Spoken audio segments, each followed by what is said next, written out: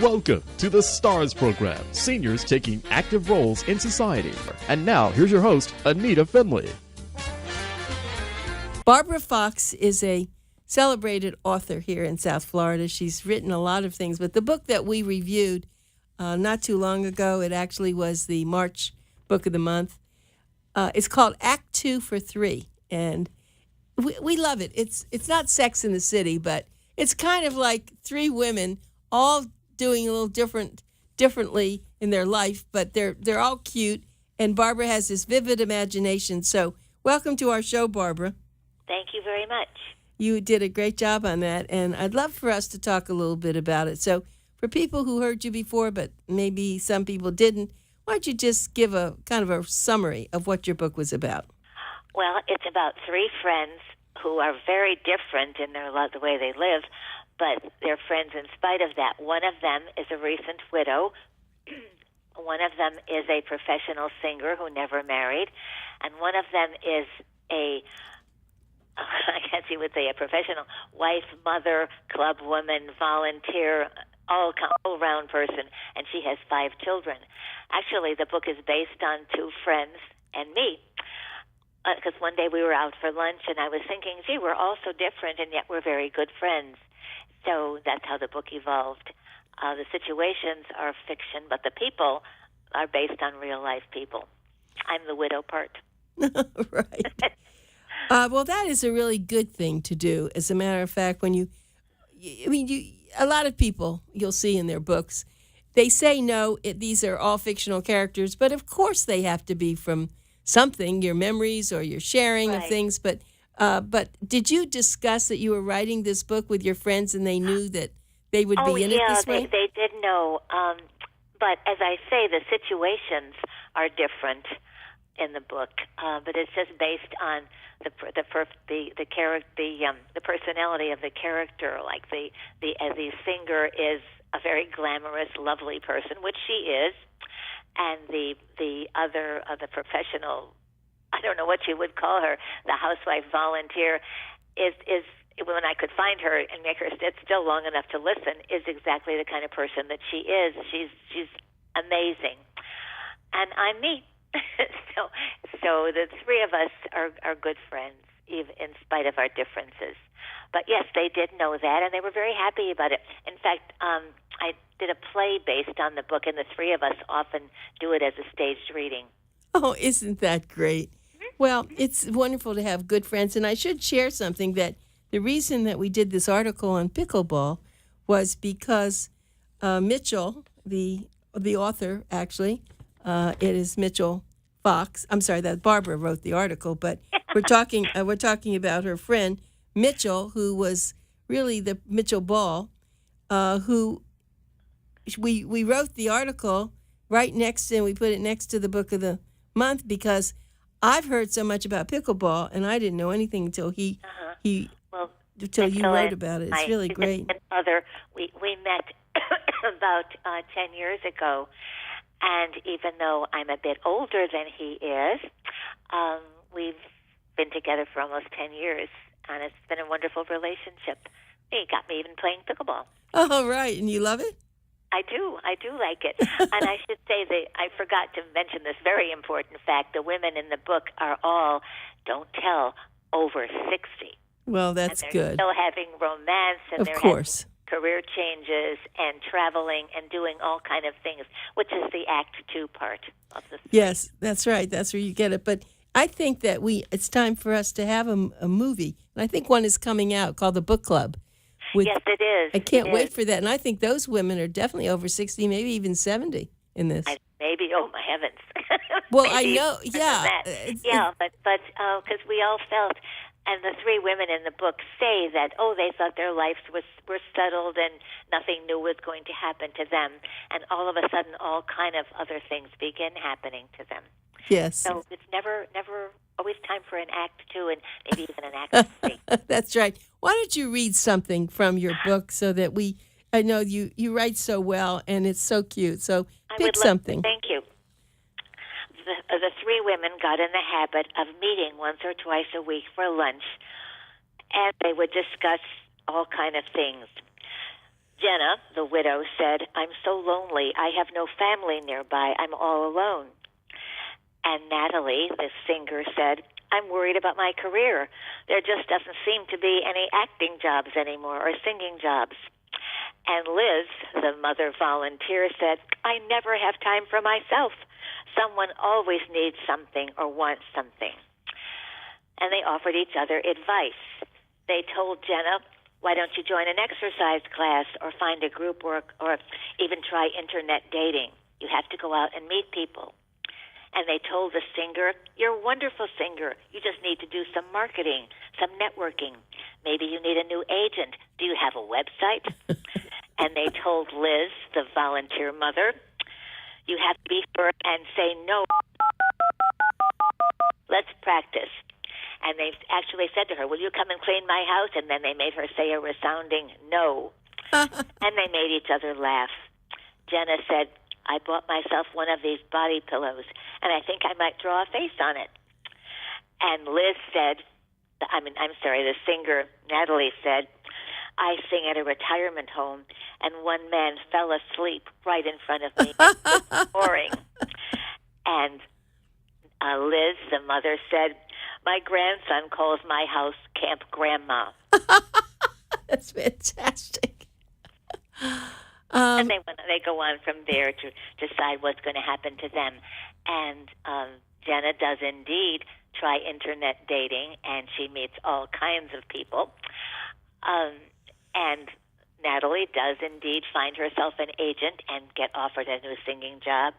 And Liz moves to France with her husband and becomes a singer in a cabaret. All these very unexpected things that happened. So let me ask you a question since you got involved. Of course, you've been with, as you said, Mitchell for 10 years, but how do you feel about internet dating? I think it's great as long as you realize that you're probably not going to meet the love of your life, and you're just doing it to meet people. You're not doing it to expect a big romance right away. You're just doing it to get out and meet people and try things. And you have to be very careful when you do it. I know I used to put a note on my refrigerator if I was going to go out with someone, and I would say what his name was and what the dating site was and where we were going, so that I said, if I'm ever murdered, there'll be a little clue. And, of course, you just do sensible precautions. You don't give out your address right away. You meet the person who you're meeting at a restaurant or a coffee shop or somewhere, and that's it. You just are careful and cautious, but just look to have an interesting evening or afternoon. And did you do that for a while? I did. And tell us some of the best things and some of the worst things. I met one man, and we had been going out for a while, and he was getting rather serious, so I said, "Well, I think we're going to have to, break this off for a while. I'm really not that interested." And the next day, his daughter called me and said, "Oh, my dad is heartbroken. Won't you please reconsider?" And I said, "How did you get my telephone number?" And she said, "Well, actually, I'm the one who's been corresponding with you. My dad doesn't even have a computer." Oh, no kidding. So I know, seriously. So, oh my heavens. So I had been corresponding with a 24-year-old kid instead of what I thought was a man. So you just never know what might happen.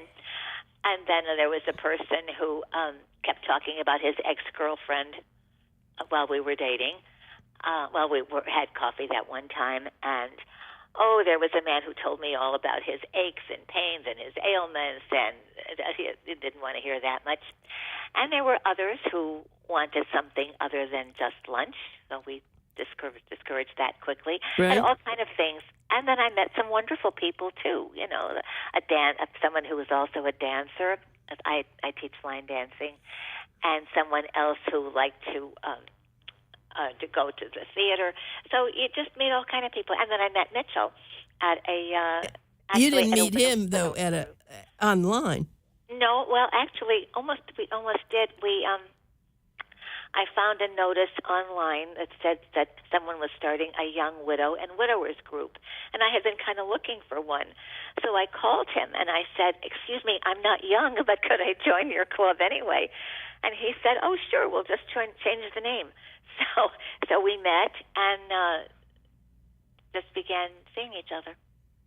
Huh, really? Yeah. You just never know what might possibly happen. We disbanded the club after 2 times. It was just too sad. It was sad. I didn't. I think those clubs are a good idea in theory, but hearing everybody else's sad story is just didn't work for me. Yeah, I see that. Well, that's too bad. I've heard some wonderful things, and I have met friends, who don't like the whole thing, and they all are negative, and some people love it, just as you did, because I think you're a very positive person, and you see things from a very, very good perspective. I do, and I feel, as I say, if you meet someone and you don't like the person, well, you say thank you very much. It was lovely meeting you. Goodbye. Right. It's not a lifetime commitment, which some people kind of think. Right. Okay. Yeah. Well, you're absolutely right. So I think what happens is not everyone is ready to do that. I guess they keep hoping they're going to meet someone from a friend who introduces you, right? Yeah, I never did. I never have. Most of my friends are women, unfortunately. That's or they're married, or I have never met anyone through anybody else. Yeah, well, that was a good thing to do that. Well, I know that you have so many other interests, too, and I know that you're a mystery writer. And yes. I think you have something I think our audience would love to hear. Yeah, I produce murder mystery plays, and I write mysteries. And I wrote it because people kept asking me, how did you get started? How did you do that? So I wrote a book called Murder, Mystery, and Me, describing how I started the business, how I write the plays, how I cast them. Because the plays are all interactive. They happen in the middle of the audience, and the audience has a chance to try to solve them. Then sometimes I give them a little story to try to solve at the beginning. And if you like, I can read one for you. Please. Very short. Okay, it's called Murder in the Mansion. The millionaire Edward Jones was found shot to death in the bedroom of his palatial mansion on a Sunday morning. His wife discovered the body at 10:30 a.m. She called the police, who came quickly and questioned everyone in the household. Where were you between the hours of 8 a.m. and 10 a.m. when the murder was committed? Mrs. Jones said she was sleeping. Sam the gardener was working in the garden. Jeremy the butler was organizing the closets. Ellen the maid was getting the mail. And Martha the cook was preparing breakfast. Based on those alibis, the police arrested the murderer. How did they know who it was? Ta-dum. Right. I'm holding my breath. How did they know? And the audience has a chance to discuss it and write the answer. And the answer is the maid did it. She said she was collecting the mail, but she was lying. Mail is not delivered on Sunday, the day of the murder. Very smart. So is that how your mind runs with murder? Because I know that you've done a few things that you actually, it shows you you're author of Murder in the Inn, Murder is Served, Wikipedia, Widowpedia. That's not a murder mystery, is it? Actually, no, it's not. No. It's a fictionalized version of my life as a widow. I see. But the books are Murder in the Inn, Another Murder in the Inn, and then Murder in Another Inn. Because when I moved I used to live in Washington, D.C., and when I moved to Florida, I moved the whole inn story over to Florida, too. Now I have another book coming out. Well, actually, Murder is Served is a collection of short stories like the one I just read, where people have a chance to try to solve it before they turn the page and read the solution. Oh, that's very clever. And that will be coming out in probably in the summertime, very soon. That's so clever that way it's not this long drawn out mystery of a book. It's something that people can say, okay, well, who did it? So, They're very short mysteries, and as I said, the solution is on the next page. Right. So people have a chance to try to figure it out themselves before they read the solution. Well, that's cute. You might send me one, and I can put it into Boomer Times, and we won't do the solution until the next issue. Okay. Or we can put the solution at the back of the magazine or something. That would be fun to do. All right. Okay, I'd love to do that. I love that. That'll help market your book, right? Yeah, why not? Yeah. Yeah, I also have some mystery games out that people can play at home. Really? 6 or 12 people. Murder mystery games where everybody plays a part, and there's a instruction booklet for the hostess to follow, and then people just play the game at home. I've done that at home too with my friends at mystery parties. People, I mean, you don't ever have a dull party. I can see that. You always think fun. of something. They're fun to do. Yeah, I mean, you can wear costumes and you can dress up and really make it very interesting. I have a 1920s one and a 1950s game and a movie, shooting a movie one. So they're fun to do. I'm not good at marketing particularly. It's not my long suit at all. But so this is great. It's like little publicity. It is. That's great. Well, one thing, did you see the movie recently, Murder on the Orient Express? Oh, of course. Wasn't that great? That's a Bible for a murder. I know. I thought that was super, really. It was wonderful. Yeah, it was a remake of the original one. Yeah. I saw the original one, too. And I think I've read every Agatha Christie book that's ever been written. It's interesting that you have such an interest in that. Did you like that when you were growing up? Did you the Nancy Drew stories? Nancy Drew, of course. It's funny because I'm the most nonviolent person, and none of the mysteries I do are violent or bloody or scary. They're mystery comedies more, because they often happen at a party or a dinner, and it's fun. They're just fun. They're more logic problems, like the one I just read. If you listen carefully, you would know the murder had happened on a Sunday, so she couldn't have been collecting the mail. Right. But it kind of gloss over everything, so you have to really pay attention and figure out and listen to everything that's being said. Have you ever gone to one of these murder mystery shows yourself? Have I gone to them? Yes. When I first started, and I started like 31 years ago, I did go to a couple, and I figured out what I wanted. I found a lot of them are kind of slapstick, and I don't like that. I like to say my plays are rooted in reality. They're real characters, but they're bigger than life. I see. Okay, I started out doing shows on a train, which was really fun. We went from Washington, D.C. to New York, and then we went to Washington, D.C. to Atlantic City. And I used to say, we kill them on the way up and solve it on the way back. And those are fun to do. Well, and does Mitchell like all this? Is he enjoying? I think he would, because he's quite a personality. Yeah, he often comes along too. He's a photographer. He takes pictures for me quite often. Yeah, he's very good at that. Well, yeah, this sounds like you're having a very happy life. Yeah, right. That's right, because you're doing pickleball with him. So maybe there would be a murder mystery about pickleball, right? Oh, there is. There's one of the games. Oh, is there? Really? It's called Pickleball is Murder. Yeah.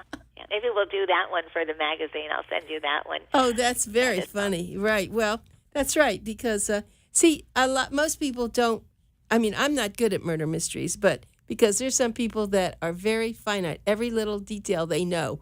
I think I gloss over things too quickly. Right. Well, that's the whole idea of the clues and things. I think it's Agatha Christie used to have a long list of things that were found in the victim's pocket, and if you look at it, there's always one that points to the murderer. But there's so much other information that it's hard to sort out what's important and what isn't. Right. Yeah. That's the fun of doing it. That's the fun of writing a mystery, is figuring out the clues, and enough clues so it's not perfectly obvious, but so it's not impossible to solve. Yeah. Well, let me tell everybody, if you've just tuned in, that Barbara Fox is my guest today. She's the author of Act 2, 4-3, and she was our book of the month in March. And it's a clever book. I don't know if men are going to enjoy this book as much, but women certainly will. there are some men, I'm sure, that will, but it's lovely because I'm sure you will see yourself in one of the three women that she writes about. And she does a great job of this, but she also has so many other interests, as she was telling us, that not only does she write, well, she writes plays, but she's very interested in the whole art of mysteries and how to tempt you and then catch you, and so a lot of unusual experiences. And let me just give you a way you can get in touch with her. If you want on the book, you want to get Act 2 for 3, you would go to Amazon.com, right? Or you can go to my website, booksbybarbara.com. Oh, good. I didn't have that. Booksbybarbara.com. Okay, that's a all good the thing. Books there. There's even a sample, because I did an audio version of Act 2 for 3, and there's a sample of it on the site that you can listen to. And did you read it? Yes, I did. Well, that was very clever It was of a you. wonderful experience. It took a really long time, but it was so interesting to do it. I really liked recording the book, and I'm in the process of recording a book for another friend now. So a whole other new little business.